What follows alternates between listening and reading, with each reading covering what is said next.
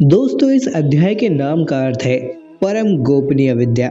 यह विद्या धर्मयुक्त या यूं कहिए सभी ज्ञान की राजमाता है। यह विद्या हर प्रकृति और स्वभाव के व्यक्ति के लिए बहुत ही फायदेमंद है। तो दोस्तों, इस रहस्यमय ज्ञान को जान लेने में ही हमारी चांदी चांदी है। अभी तक पिछले अध्याय में हमने कर्म योग, ज्ञान योग, भक्ति योग को जाना और आशा है उसे जाना ही नहीं बल्कि आप लोगों ने अपनाना भी आरंभ कर दिया होगा। अर्जुन की तरह शुद्ध अवस्था में आप भी आ गए होंगे। अब जो ज्ञान श्री कृष्ण इस अध्याय में देने वाले हैं वो समझने के लिए शुद्ध मन होना बहुत ही आवश्यक है। तो दोस्तों, श्रीमद् भगवत गीता के अध्याय 9 के ज्ञान रूपी गंगा सागर में बहना आरंभ करते हैं एक नया रहस्य श्री कृष्ण के शब्दों में। नमस्कार और स्वागत है आप सभी का हमारे चैनल दैविक गुरु पर।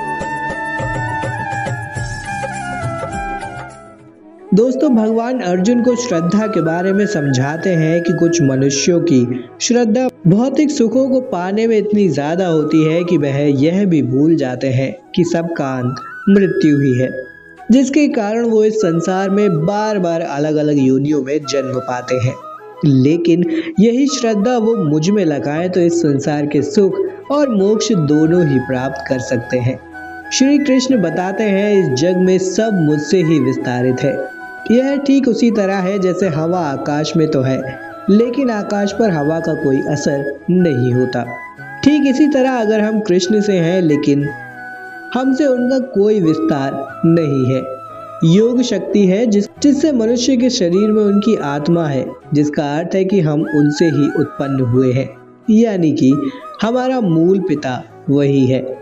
यह यूं कहे कि जगत पिता वही है और उन्हीं की मर्जी से हमारा भरण पोषण भी हो रहा है। भगवान श्री कृष्ण कहते हैं, हे अर्जुन, कल्प के अंत में प्रलय द्वारा सब मुझ में विलीन हो जाता है और काल के आरंभ में मैं ही वापस सब रचता हूँ। श्री कृष्ण इसे अपना कर्म बताते हैं और कहते हैं, मैं इस कर्म को बिना किसी भेदभाव के करता हूँ और इससे खुद को बिल्कुल भी नहीं बांधता बल्कि इसे अपना कर्तव्य मानता हूँ।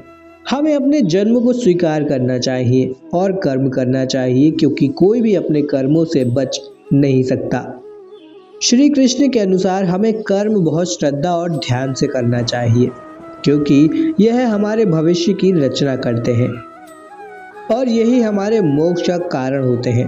दोस्तों, जिस धरती पर हम रह रहे हैं वह दुखालय कहलाता है और यही दुखी और सुखी हर व्यक्ति सांसारिक भोग की आशा में भूल जाता है कि उसको जन्मों तक यह भोगना पड़ेगा, चाहे वह कितना ही अमीर व्यक्ति क्यों ना हो।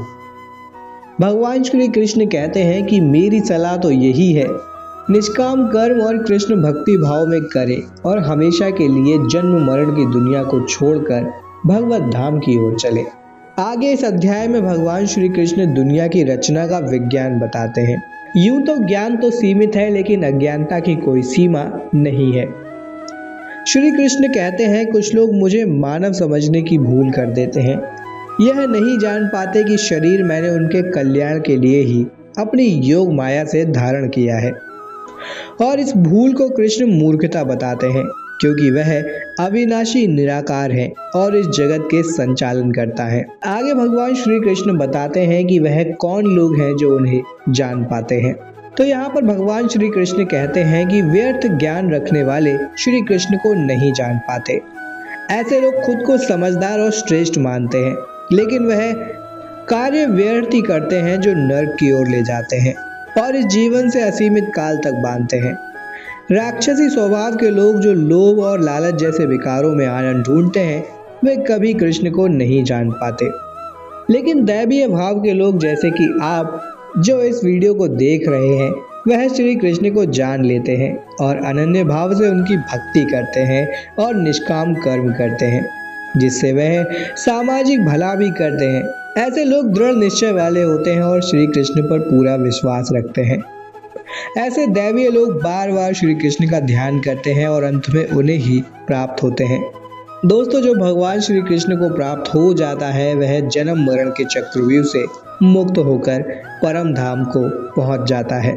आगे भगवान श्री कृष्ण बताते हैं कि ज्ञान योगी श्री कृष्ण को निर्गुण निराकार के रूप में भजते हैं। वो जान जाते हैं कृष्ण कोई देहधारी मनुष्य नहीं बल्कि परम शक्ति है जिससे यह जगत और हम विस्तारित हुए हैं, यानी कि हमारे जन्मदाता श्री कृष्ण ही है।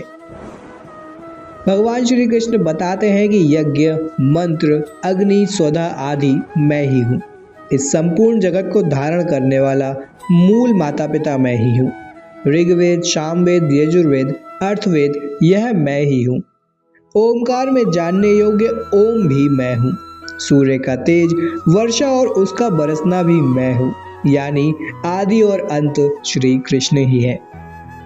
विद्या के 3 अंग ऋग्वेद, सामवेद, यजुर्वेद, जो व्यक्ति इन वेदों के अनुसार चलते हैं वह कृष्ण की उपासना ही करते हैं और देवों को स्वर्ग को भोगते हैं।